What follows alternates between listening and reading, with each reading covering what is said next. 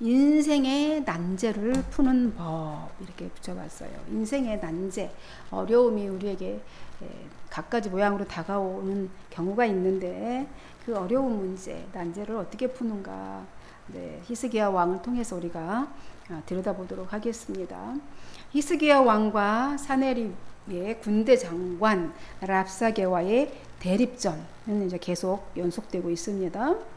이 랍사게에게 보냈던 세 명의 사신, 누구신지 책에도 기록되어 있죠. 엘리야김과 셈나와 요아가 자기 옷을 찢었어요. 자기 옷을 찢으면서 히스기야 왕에게 돌아와서 랍사게가 뭐라고 씨부렸는지 다 그대로 히스기야 왕에게 전했습니다. 이제 이 소식을 들은 히스기야 왕은 어떻게 반응을 했을까? 이 질문을 퀘스천 마크 딱 붙이고 궁금해하면서 지난주에 마쳤죠. 한 주를 또 쉬다 보니까 굉장히 오랜 이야기 같이 들려지죠. 이제 히스기야 왕은 어떻게 반응했는지 이제 보겠습니다. 궁금했었죠. 히스기야 왕이 도대체 어떻게 반응했을까? 떠들어대는 그죠? 멍멍이 소리를 듣고 어떻게 반응했을까 보겠습니다. 1절에 히스기야 왕이 어떻게 했어요? 히스기야 왕이 듣고 어떻게? 자기 옷을 찢고 굵은 베옷으로 갈아입고 여호와의 전으로 갔고 그랬습니다. 굵은 베옷을 입고 하나님의 성전으로 들어갔는데 이 행동은요, 이제 어떤 표시를 하는 거냐면 모든 이 왕의 행동은 다 메시지잖아요. 이 행동은 비탄의 표시로 국난을 당한 슬픔, 지금 현재 국난을 당하고 있는 이 당한 슬픔에 대한 그런 표시인 거죠. 여호와의 이름이 능욕당했다는 그런 사실을 아주 애통하고 있는 그런 모습으로 지금 보여지고 있는 것입니다. 어떤 모습일지 상상이 되잖아요. 왕의 옷을 찢어버리고, 그죠? 굵은 베옷으로, 천한 베옷으로 갈아입고, 이렇게 비통한 아주 슬픈 상황을 나타내는 모습으로 어디로 갔다고요? 하나님의 성전으로 갔습니다. 사신들보다 더 애도의 표현을 하고 있는 것이죠. 이 모습을 하나님은 보고 계시죠. 하나님의 마음이 어떠셨을까요? 왕의 옷을 찢어버렸어요. 이 행위는 이제 자기 왕으로서의 그 리더자로서의 무능감과 이 사태의 이 절망적인 상황이 절망적인 상황을 의미하는 행동으로 자기 옷을 찢은 거죠. 찢고 굵은 베옷으로 갈아입었습니다. 이 굵은 베옷은 슬픔을 나타내는 거죠. 애통함을, 회개를 상징하기도 합니다. 굵은 베옷으로 갈아입었어요. 최고의 통치자로서 책임과 아픔을 더 크게 느낀 것이죠. 그런 의미입니다.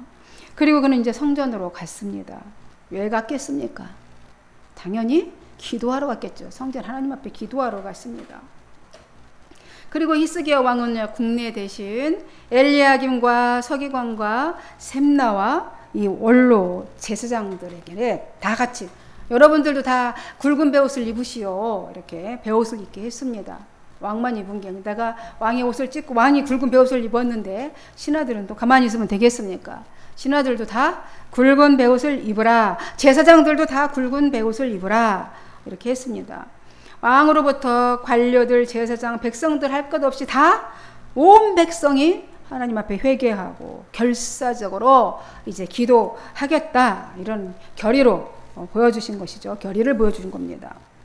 히스기야 왕은 자신은 베옷을 입고 성전에서 기도하고 어떻게 했냐면 나머지 그 사람들, 사신들, 신하들은 다 어떻게 했냐면 이사야 선지자에게로 이제 보냈어요. 이 행위는 히스기야가 얼마나 이사야를 하나님의 사람으로 존경하고 있고 기도의 능력을 믿고 있었는지를 보여주는 장면이기도 합니다. 나라에 위기가 닥치자 이제 합심해서 다 이럴 것이 아니라 나라가 위기에 처했으니 이제 합심, 제사장, 선지자, 백성들, 관료 할 것 없이 다 합심 기도 공동체를 구성한 겁니다. 합성, 우리가 지금 나라가 어렵고 힘들면 합심기도 공동체를 구성해야 되는 거죠. 교회가 거기 와서 태극기 들고 있을 것이 아니라 함께 합심기도, 나라가 위기에 처해 있으면 같이 공동체를 이루어서 기도해야 되는 것입니다.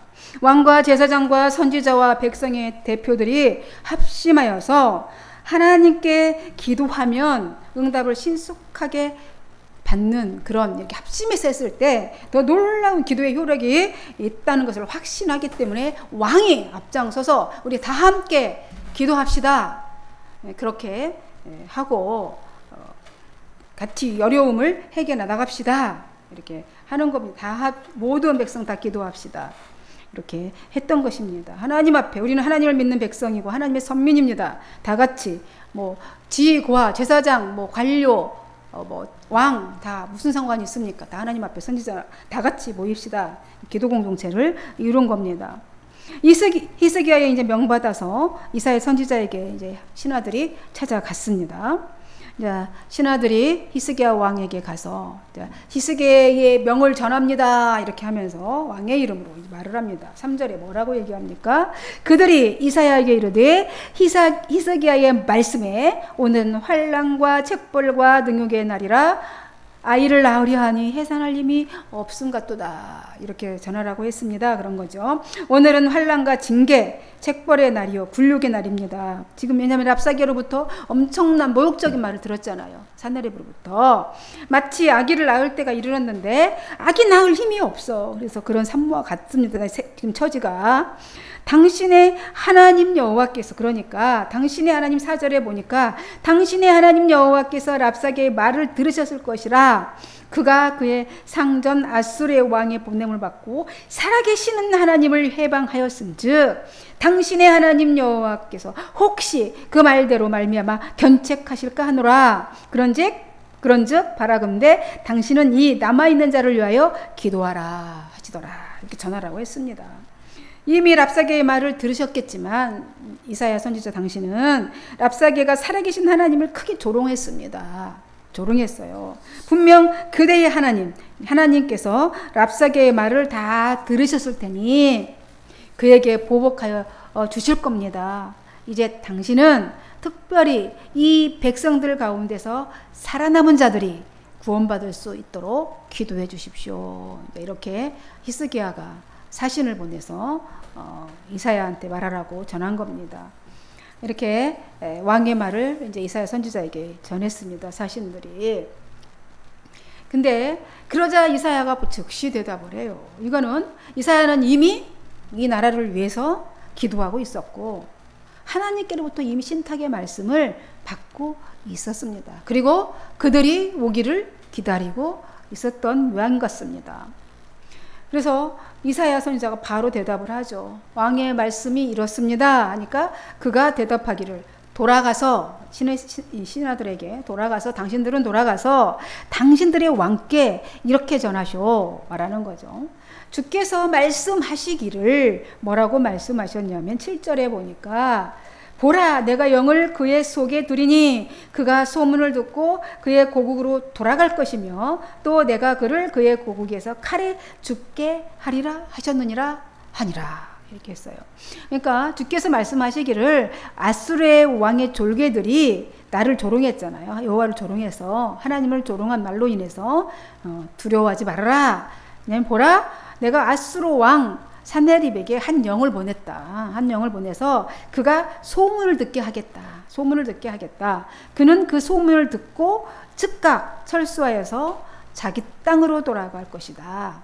하지만 그는 자기 땅에서 칼에 맞아 죽게 하리라, 이렇게 하셨습니다. 하나님께서 이 말을 히스기야에게 전한 거죠. 이사야 선지자는 왕의 사신들을 이렇게 호의적으로 잘 받아들이고 하나님께서 자신에게 신탁하신 말씀을 전달했습니다. 이는 이사야 선지자는 오래전부터 이제 나라의 모두 이 선지자로서 하나님의 영을 따라서, 뜻에 따라서 하나님의 경륜을 알고 이 장래를 위해서 기도해 왔던 것이지요. 공포에 떨고 있는 이 간원들과 백성들에게 두려워 말라 하며 하나님의 위로와 사랑의 메시지를 전달하도록 한 것입니다. 온갖 환란과 난제들이 가득 찬 이 세대에 희망과 소망을 전할 사람은 누구겠습니까? 이사야 시대 때는 이사야가 그 역할을 감당했죠. 온전히 이 소망의 메시지, 위로의 말 전했습니다. 이 세대, 희망 없는 이 시대에 없다고 하지만 지금 우리가 해야 할 일은 희망과 소망을 전할 이런 사람들은 오직 누구예요? 그리스도인들인 것입니다. 깨어있는 하나님의 사람들인 것입니다. 바울 사도는, 이게 성도는 어떤 일을 해야 되느냐? 그 시대, 바울 사도가 사는 시대도 억압과 폭력의 시대였어요. 그죠? 억압과 폭력의 시대였습니다. 뭐라고 얘기했어요? 성도는 희망, 화평의 일과 서로 덕을 세우는 일에 힘쓰라 그랬습니다. 로마서 14장 9절에 19절에 그렇게 말했어요. 성도는 화평의 일, 그리고 서로 덕을 세우는 일, 분쟁하고 혐오하고 그러는 일을 하는 게 아니고, 미워하는 게 아니고, 화평, 서로 존중해주고 서로 인정해주고 서로 좋은 말을 오가며 서로 덕을 세우는 일에 힘써야 한다. 이 절망적 시대일수록 더 그리스도인들은 그렇게 해야 된다라고 말하는 것입니다. 어쨌든 그 사이에 랍사게는 어떤 일을 했냐면, 그러고 있는데 이제 랍사게는 자기 왕 사네립이 라기스를 떠나 림나 성을 치고 있다는 말을 듣습니다.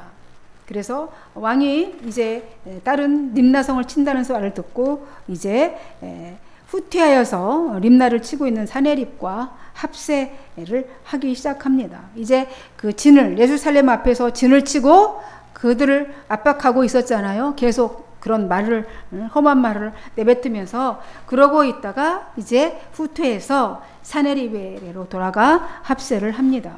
이로 인해서 이제 예루살렘은 어떻게 했어요? 포위가 풀어지게 되겠죠. 포위를 하고 있는 포위했던 그것이 이제 좀 흐트러지게 되었습니다. 그때 사네립은, 정신 차리세요. 사네립은 구스왕 디르하가라는 구스왕이 있는데 자기와 맞서 싸우려고 진격해오고 있다는 보고를 받습니다. 그 림나성을 치고 있는데 이제 림나성에 치고 가는데 왜 디르하가가 갑자기 구스 왕 디르하가가, 구스라는 이 지역인 그때 당시는 에디오피아도 거의 이집트, 애굽도 거의 그들이 장악하고 있었을 때입니다. 막강한 왕이에요. 디르하가가 자기와 맞서 싸우려고 진격해 온다는 보고를 받습니다. 아수르의 위세에 이제 위협을 느꼈어요. 그 아수르가 지금 진격해 아래로 계속 남하를 하고 있는 거잖아요. 그죠? 아수르가 계속 내려치고 저기 지금 남유다까지, 북이스라엘은 이미 먹었고 남유다까지 계속 내려오고 있는 그들의 이제 세력이 점점 커지고 있는 것을 두려워했습니다. 그래서 구스를 구스 왕 이제 저기 디르하가가 이제 맞서서 오고 있는 겁니다. 강력한 왕들 가운데 하나였지만 아수르를 치기 위해서 이제 군사를 일으켜 갖고 이제 내려오고 있는 그 아수르군을 치기 위해 온 것입니다. 디르하가가 이렇게 군세를 일으켜서 마치고 올라오는 것은 유다를 돕기 위해서가 아니라 이제 막 그렇게 세력을 확장하고 있는 그런 아수르의 세력을 저지하기 위해서, 더 이상 남아있어 자기네들까지 잠식해 올까봐 이제 치고 올라오는 겁니다. 지금 사네립은 예루살렘을 포위하고 히스기야 왕의 항복을 권고하고 있는 중에 이런 이제 그런 전원이 돌고 그런 소식이 돌고 있다라는 얘기지요. 하지만 이 포위 작전은요, 시간이 오래 걸리잖아요. 포위해서 그들을 이렇게 해서 굶겨 죽이려고 하는 거잖아요. 그러니까 항복받으려고 하는 거니까 계속 이제 그 예루살렘 밖에서 그 일을 하고 포위 작전을 했는데 그 일은 너무 시간이 오래 걸리고 많은 이제 보급품들도 오래 있어야 되니까 식량이나 이런 보급품들이 많이 필요하죠. 이제 그러다가는 구스와 유다의 협공을 받을 위험이 큰 거예요. 구스하고 이제 붙어 있잖아요. 애굽이랑 구스랑 이렇게, 그러니까 유다랑 붙어 있어서 둘이 힘을 합치면은 아수르도 만만치 않겠죠. 아수르도 힘이 듭니다. 그래서 공략을 하려고 했던 거죠. 사네립은 유다보다 먼저 이제 구스를 공략하려고 림나성을 이렇게 공격하려고 했던 겁니다. 그런데 지금 구스의 드르하가가 진격해 온다는 소식을 들은 거죠. 그러니까 자신의 지금 계획하고는 지금 전혀 다른 상황이 오히려 거꾸로 이쪽에 치고 올라오니까 본인이 림나를 치고 이제 구스까지 해고 이제 유다를 항복을 받아내서 이렇게 다 점령하려고 했던 건데 지금 자기의 생각과 계획이 전혀 다른 방향으로 올라가고 있는 것이 된 겁니다. 그래서 사내립은 예루살렘 포위에 더 많은 인력과 장비를 이제 투입할 수가 없어요. 그리고 먼저 이제 이 강력한 이 상대 구스가 올라오니까 구스를 제압하는 일이 더 시급하게 된 겁니다.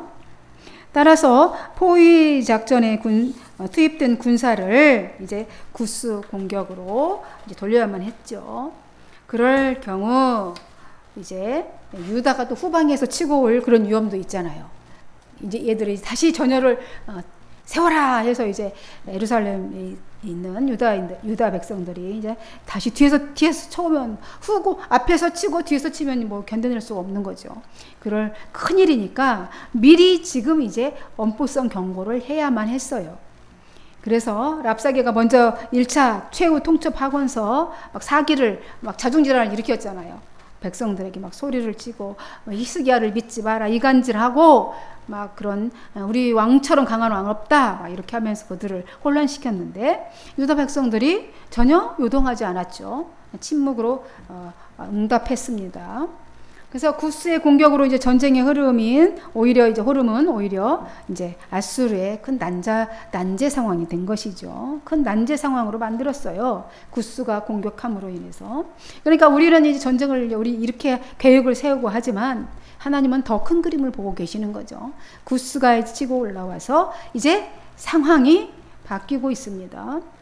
그래서 이때 사네립은 또다시 이제 유다 왕 히스기야 왕을 흔들기 작전을 하기 시작합니다. 왜냐하면 유다가 또 뒤에서 후방에서 치지 못하게 하려고 그런 거죠. 사네립은 2차로 사신을 보내 다시 두 번째 이제 랍사게는 이제 자기랑 합세해서 림나 성에서 이제 디르하가를 대면해야 되니까 사신만 보내서 경고성 최후 통첩을 다시 또 합니다. 이번에는 사신들에게 편지를 보내요. 말로 막 떠드는 게 아니고 이번에는 편지를 보냅니다. 뭐라고 했냐면 10절에서 13절 말씀이에요. 쭉 보시면 읽어보세요. 눈으로 보십시오. 10절에서 11절에는 뭐라고 얘기했냐면 히스기야야 이런 말이에요. 10절에 11절 보면 히스기야야 네가 의지하고 있는 하나님이 예루살렘을 아수르 왕에 넘겨 주지 않겠다고 말하더라도 너는 그 말에 속지 말라. 히스기야 왕이 그런 거예요. 너네 하나님이 내가 아수르 왕에게 너를 안 넘겨주겠다 그렇게 말하더라도 너는 그 말에 하나님 말에 속지 말래. 지금 그렇게 편지를 보냈어요. 그 말에 속지 말라. 아수르가 문나라와 민족들을 어떻게 지배하고 멸망시켰는지 너도 들었을 텐데 그렇죠. 아직까지 모든 나라들이 막 야수로 하면 벌벌 떨잖아요. 계속 다 잠식해가고 있고 막 대제국을 만들고 있으니까 그렇게 민족들이 어떻게 우리가 아수르가 어떻게 그들을 지배했는지 너가 다 어떻게 멸망시켰는지 얼마나 잔혹하게 걔네들 다 멸망시켰는지 다 들었을 텐데 네가 내 손에서 벗어나려고 하냐? 네, 이렇게 편지를 쓴 겁니다. 이 말은 더 이상 하나님을 의지하지 말라는 말이잖아요. 의지하지 말고 빨리 항복하라. 너도 다 들었잖아. 우리가 어떻게 지금 아직까지 다 정복해 왔는지 다 들었고 그 멸망해가는 그런 그 조물에게 나라들 다 봤잖아. 하나님이 너는 아수르에게 안 넘겨주겠다고 했을지라도 그거 믿지 마. 이렇게 하고 빨리 항복해. 우리 입 다 피곤하게 하지 말고 이렇게 말하는 편지에 쓴 겁니다. 오만한 태도죠. 사네립은 자신의 존재에 대한 이해가 전혀 없는 것입니다. 아무리 자기가 제국의 왕이었을지라도 황제일지라도 그 피조물이 지나지 않는 겁니다. 어떻게 하나님이 위에 있을 수 있겠어요? 여러분 히스기야 왕은 이미 이사야 선지자를 통해서 아까 7절에서 보았듯이 사네립의 결말에 대해서 들었습니다. 히스기야 왕은 그 모든 인간이 뛰어난 그 하나님의 여호와 하나님의 말씀을 이미 받았습니다. 히스기야 왕이 이런 말에 끔찍이나 할 것 같습니까? 이제 전쟁의 흐름은 바뀌었습니다. 하나님이 그렇게 말씀하셨잖아요. 사내립은 도망가게 될 것이고 그는 자기 나라 가서 칼에 죽을 것이다. 이미 이겨는 전쟁인 거예요. 그러니 아무리 그렇게 악독한 말로 자기를 흔들지라도 사내립, 히스기야 왕이 사내립이 그렇게 할지라도 히스기야 왕이 흔들리겠습니까? 나라의 흥망성쇠, 사람의 생사 화복은 하나님의 주권 아래에 있습니다. 이거를 히스기야가 믿었잖아요. 믿었기 때문에 뭐 했어요? 종교 개혁도 한 것이잖아요. 그러니까 베옷을 입고 하나님 앞에 온 것이죠. 우주 만물의 통치권자, 그의 능력, 전지전능하신 하나님을 믿었기 때문에 그렇게 온 것이잖아요. 이제 사내립과 랍사기는 이미 하나님에 의해서 죽음이 예고된 자들인 것입니다. 사내립은 이제 자신에 대해서, 하나님에 대해서 너무 무지했어요. 자기가 누군지를 몰랐고 또 하나님이 어떤 분인지를 몰랐던 무지한 사람이었습니다. 그러니까 하나님의 말씀을 의지하지 말라고 그렇게 어리석은 말을 감히 하고 있는 것이죠. 히스기야 왕에게. 자기가 위험에 빠졌잖아요. 지금 하나님이 너는 죽을 것이다 그랬잖아요. 선지자를 통해서 본인만 모르는 거지. 자기가 위험에 빠진 줄도 모르고 큰 소리 치는 거죠. 이렇게 하나님을 알지 못하는 자는 자기가 죽는 줄도 모르고 하나님을 모독합니다. 그러다가 멸망을 받게 되는 것이죠. 그 12절 13절에 보니까 그러면서 사내립은 민족적 우월감에도 빠져 있는 사람이었어요. 편지 내용을 보면 아주 망상적 자랑을 늘어놓고 있습니다. 보라, 너는 분명 아수리의 왕들이 지금껏 많은 나라들과 민족들을 진멸했는지 네가 들었을 거다. 그렇게 하면서 우쭈하는 거죠. 우리 조상들이 내 대대로, 지금 나뿐만 아니라 우리 조상 때부터 지금껏 많은 나라들과 많은 민족들을 진멸해왔다. 그런데도 너만은 내 손에서 구원받겠다고 하냐? 너는 나의 조상들이 멸하신 열방, 고산, 여러 지역들을 막 늘어놓아요. 그죠? 고산과 하란과 레셉과 들라살에 있는 에덴 그 족속들과 그런 사람들을 좀 생각해 보라고 하는 겁니다. 그 나라의 신들, 그 나라가 멸망했다. 그 나라 신들도 다 죽은 거예요. 그 나라의 신들이 그들을 우리 손에서 건져냈냐? 너 신도 마찬가지다는 거예요. 너희 신 여호와도 못 건져낸다 이 말입니다.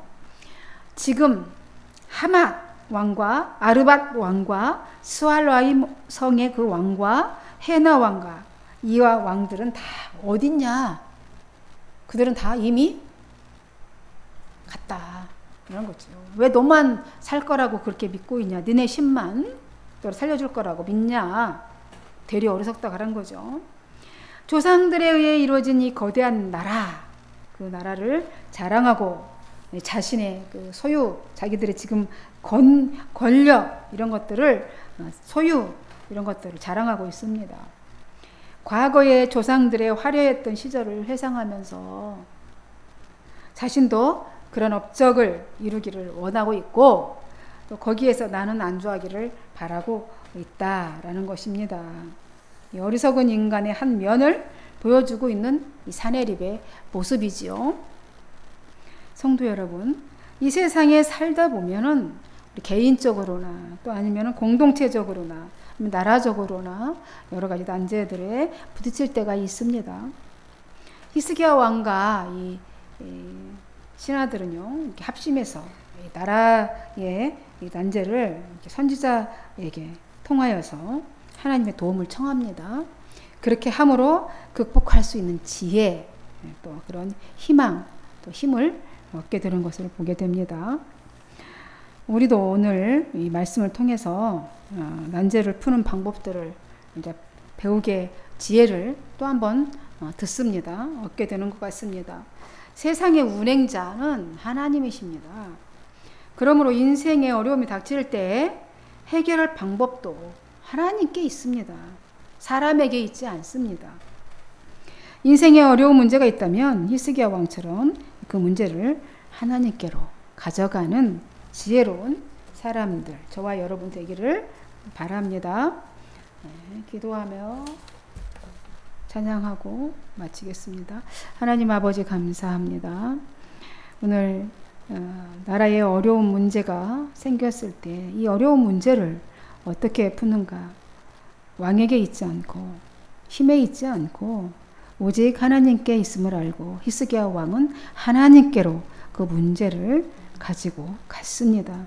그리고 하나님의 선지자에게 기도를 부탁했습니다. 그래서 하나님의 말씀을 듣습니다. 두려워하지 말라.